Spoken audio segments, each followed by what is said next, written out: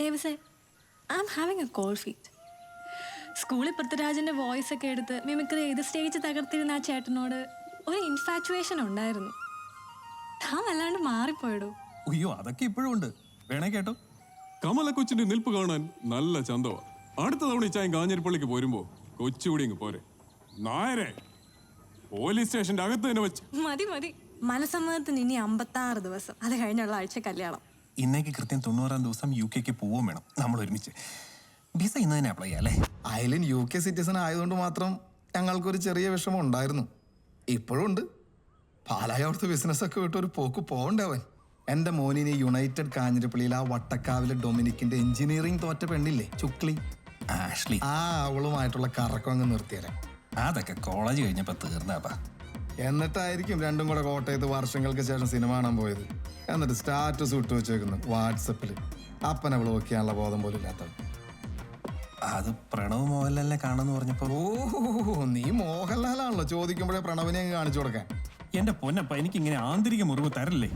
പിന്നെ നീയും നിന്റെ അനിയനും കൂടെ പാലാ പട്ടണത്തിൽ കൂടെ കള പറിച്ച് അടിപറിച്ച് നടക്കുന്നതല്ലാതെ 10 പൈസയുടെ ഗതി പിടിച്ചിട്ടില്ല. അതുകൊണ്ട് കിട്ടുന്ന ഫ്ലൈറ്റിന് നിന്നാണേലും അയലിൻ്റെ UK പോക്കണം.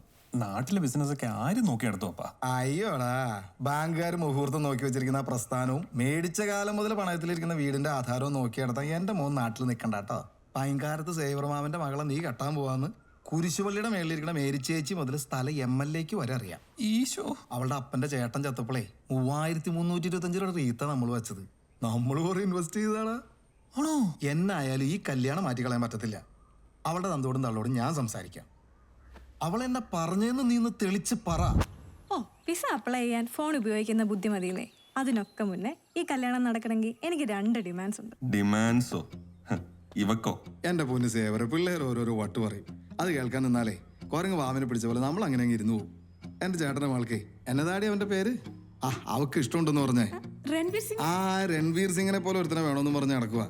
ഈ സ്വാതന്ത്ര്യ സമരത്തിൽ പങ്കെടുത്തവരെ പോലുള്ളവരൊക്കെ ഇന്നത്തെ കാലത്ത് എവിടെന്ന് കണ്ടുപിടിക്കാനാ? ആ സിംഗ് അല്ല തോമസ്, ഈ സിംഗ്. എന്താടി ഡിമാൻഡ്സ്? കൂട്ടിയിട്ട് കൂടുന്നില്ലെങ്കിൽ പോട്ടെ പുല്ലെന്ന് വെക്കുന്നില്ല ഞാൻ.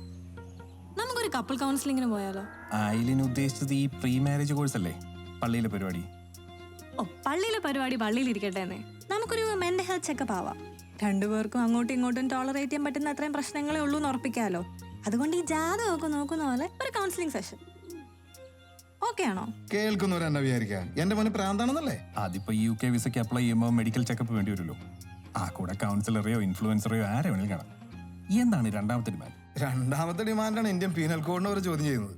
ഈ ഡ്രൈവേഴ്സ് ലൈസൻസിലും പാസ്പോർട്ടിലൊക്കെ ഉള്ള ഒരു സാധനം നമ്മുടെ മാരേജ് സർട്ടിഫിക്കറ്റിലും വേണം. വികൃതമായൊരു ഫോട്ടോ അല്ലേ, അത് ഫിൽറ്റർ ഇല്ലാതെ എടുത്താൽ മതി.